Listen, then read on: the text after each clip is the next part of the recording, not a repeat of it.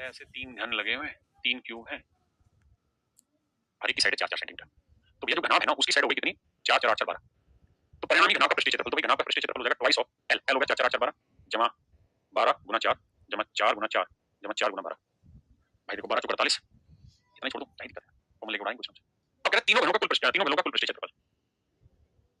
तो देखो 3 क्यूबॉइड हो गए ना, 3 क्यूब हो गए, तो एक क्यूब का सरफेस एरिया होता है 6 a स्क्वायर, तो 6 a स्क्वायर 4 का 16। अब हम इनका रेशियो निकालना, देखिए कैसे निकालें। भाई हम एक काम तो कर रहे हैं और वो ये कि 16 हर जगह कॉमन आके कट जाएगा। कैसे? देखो 4 गया, यहाँ से 4 गया तो 3, यहाँ से 4 गया 1 बचा, यहाँ से 4 गया यहाँ 3 बचा।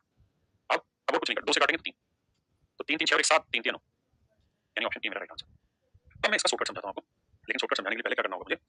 आपको समझाना होगा कि क्यूब बनता कैसे है, क्योंकि एग्जैक्टली वही एक रास्ता होगा जिसके थ्रू आप चीजों को आगे समझ पाएंगे। ये पेशेंस रखना मेरे भाई, पता है अच्छी चीजें सीखने में थोड़ा वक्त लगता है यार, लेकिन एक बार सीख, कहता है ऐसे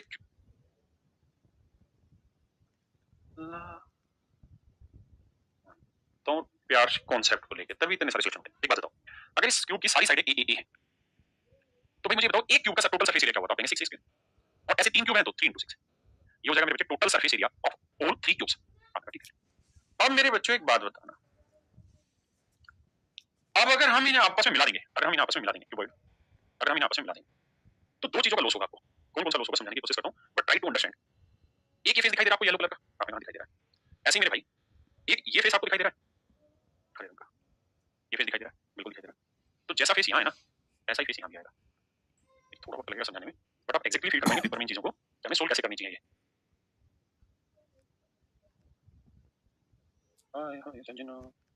हो गए, यानी इनको आप टच नहीं कर सकते, दोनों फेस टकरा रहे आपस में। जैसे एग्जांपल के तौर पे मैं अगर आपको समझाऊं, जैसे ये दो किताबें, ठीक है, अगर मेरे दोस्त ये दोनों फेस आपको दिखाई दे रहे हैं, इसको टच कर सकते हैं, इसको टच कर सकते हैं, लेकिन मैं इन्हें मिला दूंगा तो ये दोनों फेस ही गायब हो गए। वही काम यहाँ हुआ है, तो दोनों फेस गायब हो गए, वो दोनों फेस गायब हो गए। अगर अलग कर देते हैं तो ये फेस और ये फेस गायब हो जाएगा, है ना? तो मैं ये कह रहा हूँ यार इस फेस का एरिया क्या होगा, तो स्फीयर पूरा के समझे, तो ए स्फीयर होगा, इसका भी ए स्फीयर होगा, इस फेस का भी ए स्फीयर होगा और इस फेस का भी ए स्फीयर होगा। और सच बात ये है कि यही 3 फेस ऐसे हैं जो गायब होंगे, यही मतलब ये 4 फेस ऐसे हैं जो गायब होंगे, क्योंकि जब ये चिपकेंगे तो ध्यान देना, अब मैं चिपका रहा हूं इनको, यहाँ 2 ए स्फीयर गायब हो गया।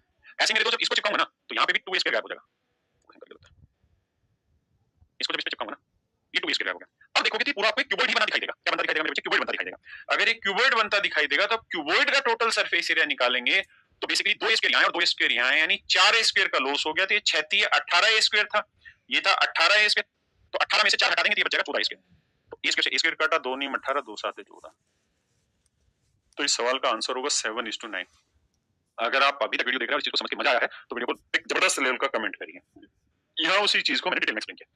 और ये सवाल है मध्य प्रदेश जेल प्रहरी सितंबर 2018 का। जो सवाल अच्छा था वही उठा के आपके पेपर में पूछा गया जिससे आपके कॉन्सेप्ट चेक हो। देखिए दोस्त, सवाल में कह रहा है 65,500 रुपए की राशि को 5% वार्षिक दर से साधारण ब्याज पर निवेश किया गया। कहता है 65,500 रुपए